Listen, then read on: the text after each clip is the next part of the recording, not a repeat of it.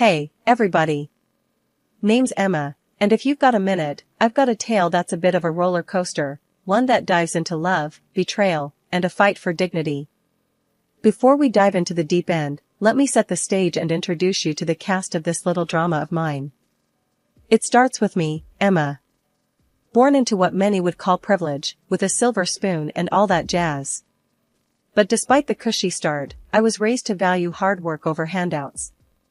My dad's the king of the engine additive world, a self-made man who turned a niche into an empire. Mom's no slouch either, she built a beauty salon empire from the ground up, making her name synonymous with style. Their divorce when I was 19 could have been messy, but they kept it classy, splitting everything down the middle while somehow maintaining a friendship. Dad stayed single, content with his business and bachelorhood, while Mom remarried but didn't expand the family beyond me. Enter Jake, stage right. My husband, or as I've come to think of him, the catalyst of my personal upheaval. We got hitched when I was fresh out of college, after I landed a job teaching music to kids with more energy than sense. Life seemed pretty sweet until we hit a bump, I got pregnant, and suddenly, Jake's true colors started to bleed through. One lazy Sunday, sprawled on the couch with his feet up, Jake casually lobbed the grenade into our life. Emma, babe, why don't you just quit your job? Stay at home with the baby. We'll manage. I nearly choked on my tea. Quit my job? Jake, you know we can't afford that on your salary alone. Plus, I love my work. He waved a hand dismissively, a smirk playing on his lips. Come on, Em. It's not like we're ordinary folks. Your dad's loaded. A little help from him, and we're golden. I felt my blood boil. That's not the point, Jake. I'm not tapping into my parents' wealth for our day-to-day. We agreed to live within our means. But Jake wouldn't let it go. Over dinner, in front of his parents no less, he brought it up again. Emma's considering taking some time off work, you know, with the baby coming and all. His mom, Carol, a woman with a sharp tongue and an eye for advantage, jumped in. Oh, that's wonderful. With Emma's family, you two don't have to worry about a thing. I clenched my fork a little tighter, trying to keep my cool. Actually, we haven't decided anything. And we intend to manage on our own, thank you. Jake's dad, Frank, never one to miss a beat, chimed in with a chuckle. Why play the hard way, Emma? A little help from your folks, and you could be living easy. Why waste that opportunity? The conversation spiraled from there, with Jake and his parents painting grand pictures of a life lived on my parents' dime. Every word felt like a betrayal, twisting the knife a bit deeper. They didn't see me, they saw a ticket to an easy life. That night, lying in bed next to Jake, I couldn't shake the feeling of isolation. Jake, do you really think we should be relying on my parents like that? I whispered, hoping for some sign I'd misread the situation. He rolled over, facing me with those eyes that once melted my heart. Emma, it's not about need. It's about what's smart. Your parents can afford it, and we deserve a break. Why not take it? Deserve. That word echoed in my head long after Jake had drifted off to sleep. It was clear we were on different paths, with different values. I lay awake, staring at the ceiling, wondering how I'd missed the signs, and where we went from here. After that first clash with Jake about money and pride, I thought maybe, just maybe, we'd find our way back to the same page. But, oh, was I wrong? Enter the in-laws, stage left, with their own special brand of chaos. Jake's folks weren't exactly the poster children for self-reliance. They had this way of sniffing out a free meal from miles away, and my family's wealth was like a beacon to them. One evening, we're all sitting around our cramped living room, and Frank's going on about this new business opportunity that just needed a small investment to get off the ground. So, Emma, darling, Carol starts, her voice dripping with that fake sweetness that could give you cavities. With your family's resources, I bet you could easily help us out. It's such a sure thing. I tried to keep my cool, really I did. Carol, Frank, I've told you before, we're managing our finances independently. My parents' money isn't part of this equation. But Frank, oh, he's got the persistence of a door-to-door salesman. Come on, Emma. It's not like you'd feel it. What's a few thousand to your dad? He probably spends that on golf in a weekend. The audacity floored me. Here they were, sitting in our home, eating our food, and they had the guts to treat my family's hard-earned money like it was theirs for the taking. Jake tries to play mediator. Maybe they have a point. It's just a loan, right? We could help out family. Family? I nearly choked on the word. Jake, when did we decide it's our job to bankroll your parents' dreams? The room went ice cold. Carol, not one to let a moment of drama go by unexploited, piped up. Well, I never. Here we thought family helped each other out. But if you're going to be stingy. Stingy? Now, I was seeing red. Working for what you have isn't being stingy, Carol. It's called being responsible. Maybe you should try it sometime. Frank tried to smooth things over, but the damage was done. Look, Emma, no need to get upset. We're just talking here. Talking, right. I couldn't hide my sarcasm. Seems like all we ever do is talk about how my family can solve your problems. That night, after they finally left, with Jake apologizing for his parents' misunderstanding, I lay awake, staring at the ceiling. It wasn't just a misunderstanding. It was a full-on invasion of our lives by two people who saw me not as a daughter-in-law, but as a walking, talking ATM. After our little Lily came into this world, life took a turn I didn't quite expect. You'd think the arrival of a grandchild would bring out the best in people, right? Well, not so much with Jake's folks. They showed up at the hospital with what had to be the cheapest onesie from the discount bin. It still had the clearance sticker on it. But when my folks came through with a beautiful hand-knit blanket and some top-notch baby gear, you'd have thought World War III was about to break out in that hospital room. Wow, really laying it on thick, aren't they? Carol quipped, eyeing the gifts with a mix of disdain and envy. Must be nice to just throw money around. Bet they could have just gotten you a house, instead of all this fluff. Jake chimed in with a chuckle. Yeah, Mom's got a point, Em.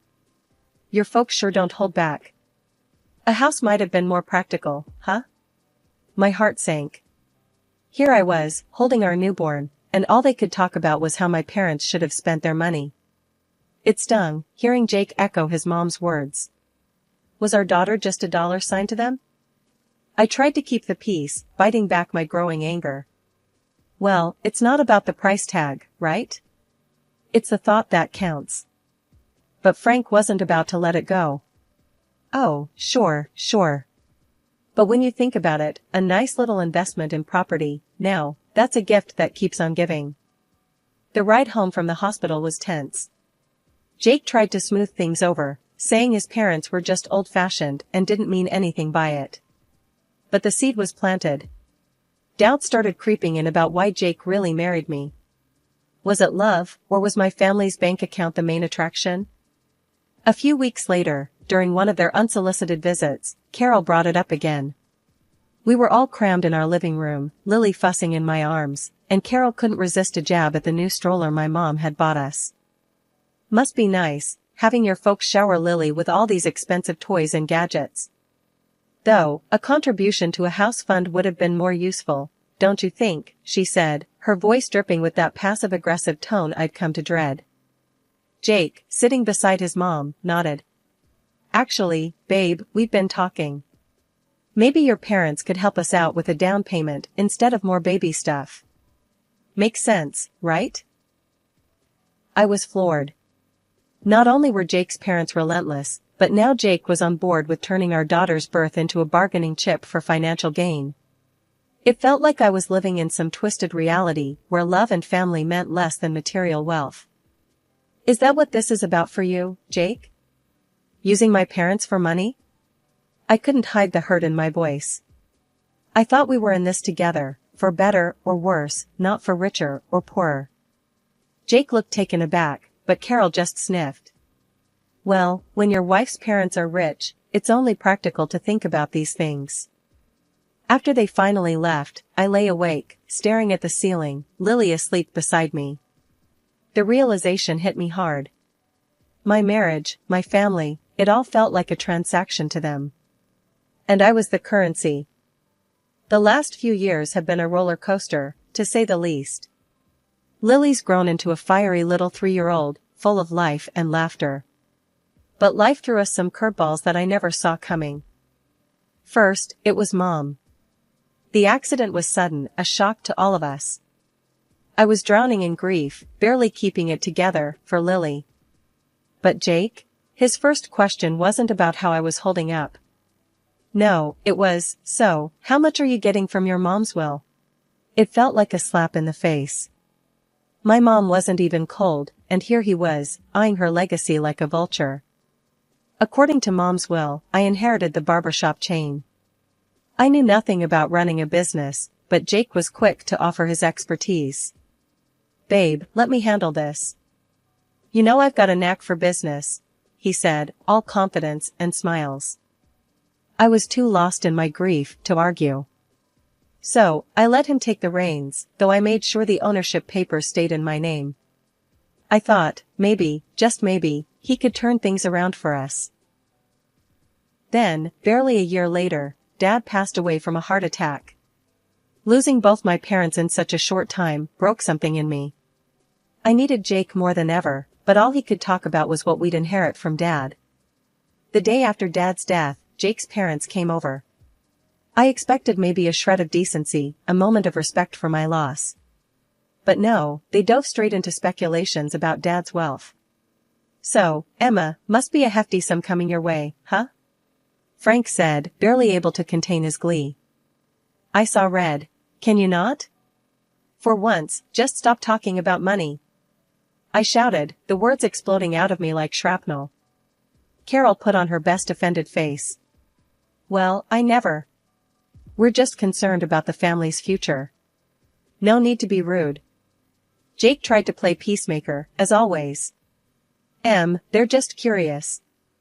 It's a big deal, you know? A big deal? I echoed, my voice rising. My parents are gone, Jake. And all you and your parents can think about is cashing in? Is that all I am to you? A bank? The room fell silent. The tension was thick enough to cut with a knife. Jake looked at me, then at his parents, and mumbled some half-hearted apology. But the damage was done. I couldn't stand the sight of them, their greed, their complete lack of empathy. Get out, I said, my voice steady, but cold. They left, Carol muttering under her breath, Frank with a scowl. Jake lingered, trying to justify his parents' behavior. But I was done listening. 2 days after my dad died, Jake comes bouncing through the doorway earlier than usual. Babe, I've got awesome news. He beams at me, barely containing his excitement. I've struck a deal, to sell the hairdresser chain. Can you believe it? My jaw nearly hit the floor. What? You did what without even asking me? I was fuming, feeling a mix of betrayal and disbelief. Before we could really dive into it, his folks showed up, ready to party like we'd hit the jackpot. They brought in this feast from some fancy restaurant and a bunch of brochures that screamed high roller. Carol was all smiles, waving those brochures in my face. Guess what, honey? We've sold the old condo and put down a deposit on a beach house. We're all moving to the coast. I stared at her, feeling like I was trapped in some bad dream. Hold on. You what? Nobody asked me about moving. I don't want to live by the beach, with all that humidity and the winds. With a kid? Are you out of your mind? Carol just waved off my concerns like I was talking about the weather. Oh, don't you worry about that. We've also booked a cruise. You should come with us. It'll be fabulous. Where's this money coming from? I asked, my patience wearing thin. Well, darling, with your father's passing and the sale of the salons, money's no object now. We're set for life. Think about it, yachts, private jets. We're living the dream. Carol's eyes were practically sparkling with dollar signs. I turned to Jake, utterly dumbfounded. Why are we even talking about selling my mom's business again? And what's this nonsense about being set for life? Babe, it makes sense. Managing both businesses will be too much. We gotta focus on what's more profitable. It's for our future, for our daughter's future. I couldn't believe what I was hearing. The greed, the audacity, it was all too much. Show me the financials for the salon, I demanded. I want to see everything before we make any rash decisions. Jake squirmed, avoiding eye contact. Look, it's all about our future, about making sure we're comfortable. His parents joined the chorus, pressing me to just let go and enjoy the windfall. But looking at them, all I could see were vultures circling. Why the rush to sell the hairdresser shops again? I pressed, needing answers from Tom. Jake shrugged, the picture of faux reason. Look, babe, after your dad's gone, juggling both businesses just doesn't make sense. We gotta focus on what brings in more dough. The car oil thing is a gold mine, compared to the salons. His folks perked up at this, chiming in with their 2 cents. Darling, think about it. Selling those little shops could give you a life of luxury. Why waste your time on them? His mom cooed, her voice dripping with greed. The sight of them, practically salivating over my inheritance, made my skin crawl. I want you to leave. Now, I said, my voice firm, my resolve stronger. This is a time to mourn my father, not feast on what he left behind. Jake tried to interrupt, but I cut him off. And another thing, this is my inheritance we're talking about. Mine. You and your parents have no say in this. The air turned icy as they realized I wasn't the pushover they thought I was. With heavy steps and heavier scowls, they left, leaving me to ponder the lonely battle ahead. The dawn after my father's funeral found me in a fog of grief, the world around me dulled to a monotonous gray. That's when Jake decided to inject his version of color back into our lives. Over a breakfast that tasted like cardboard, he launched into his agenda. We need to call a meeting with the founders of your father's company, pronto, Jake stated, his voice slicing through the quiet like a knife. I paused, a piece of toast halfway to my mouth, and stared at him. Jake, my father has just been buried. Can't this wait? I need some time to process everything. He waved off my concerns with a flick of his hand. Time is money, babe. We need to act fast. Frustrated and seeking clarity, I reached out to our family lawyer, asking for a breakdown of the barbershop chain's status and a primer on my father's business dealings. Information, I hoped, would give me some ground to stand on. A month whirled by in a blur of legal jargon and financial statements until Jake, accompanied by his parents, descended upon our house once more, each of them bursting with unsolicited advice and greed-laden suggestions. Without so much as a hello, Jake dove right in. You know, I've been thinking, I'm the right man to lead your dad's company. The audacity of his claim left me speechless, but he wasn't done. And, I'll need a new car. Something that screams business mogul. The latest BMW should do the trick. Before I could even muster a response, Carol chimed in with her own outrageous demands. The coastal house is nearly ready. We just need to throw in another $300,000, plus some for furniture. And, dear, I expect you to set up an account for me. I need to maintain my lifestyle, after all. After listening to their endless demands, I knew what I had to do. It was like a switch flipped inside me. No more Mrs. Nice Gal. Clutching the divorce papers like a shield, I stepped forward, interrupting their chatter. Jake, we need to talk, I announced, placing the papers before him on the coffee table. He picked them up, a frown creasing his forehead. What's this, then?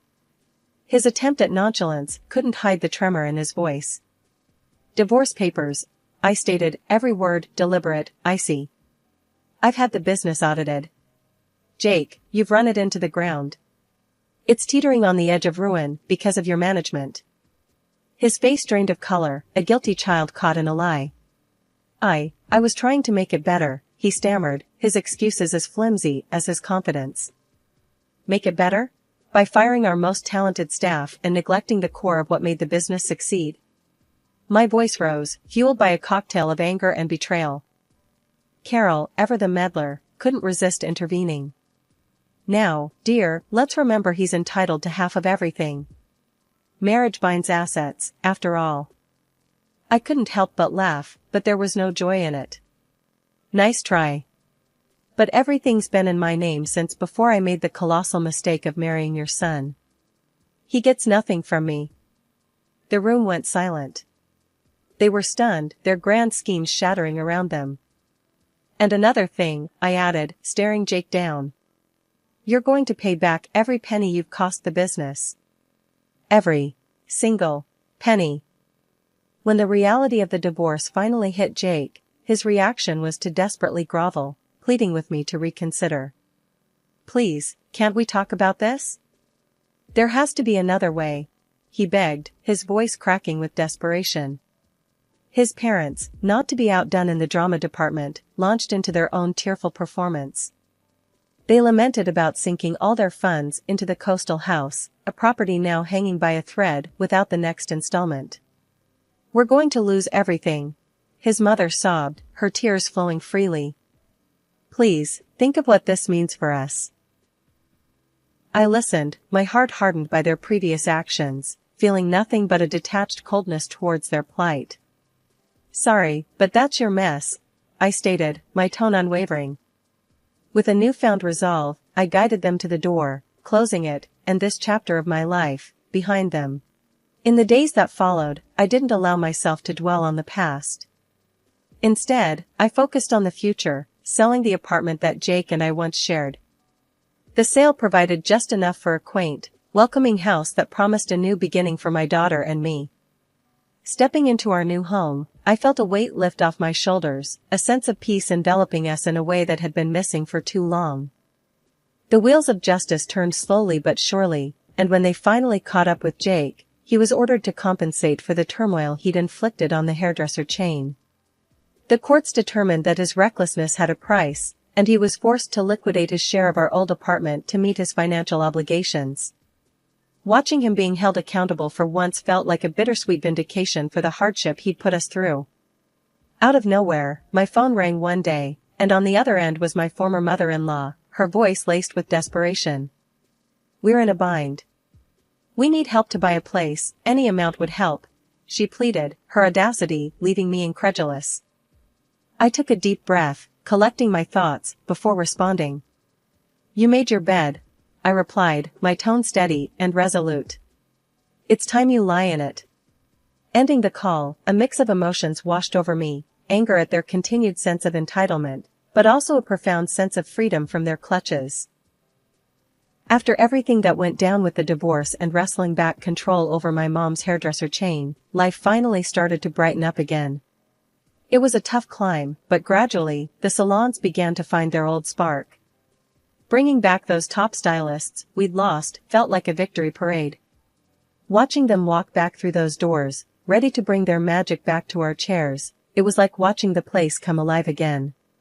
Turns out, I was more cut out for the business world than I'd ever imagined. Each day was a new lesson, a new surprise about what I could achieve. If it hadn't been for being cornered by life's cruel twists, I might never have uncovered this side of me. Handling my dad's car oil business was another mountain to climb. For now, I decided to bring in a manager to steer the ship while I got my bearings. It's all yours for now, but keep me in the loop, I told him, making it clear I was still in charge. Once Lily's old enough, maybe around 20, I'm thinking of passing it to her if she's interested. I want her to have options, to choose her path. Meanwhile, I'm dipping my toes into it, learning the ropes. Our new home, just me and Lily, was a haven of peace, a world away from the turmoil we'd left behind. It was small, sure, but it was ours, a place where we could grow, heal, and build something new. Every corner filled with laughter, every nook cradling a memory we were making together. Out in the garden, Lily's laughter was a balm to my soul. Mommy, when I grow up, I want to be just like you, she'd say, her eyes alight with wonder and admiration. You're going to be even more amazing, I'd respond, pulling her into a hug. I knew, deep down, that we were on the brink of something wonderful. Together, we were unstoppable, ready to meet whatever the future held with open arms and hopeful hearts.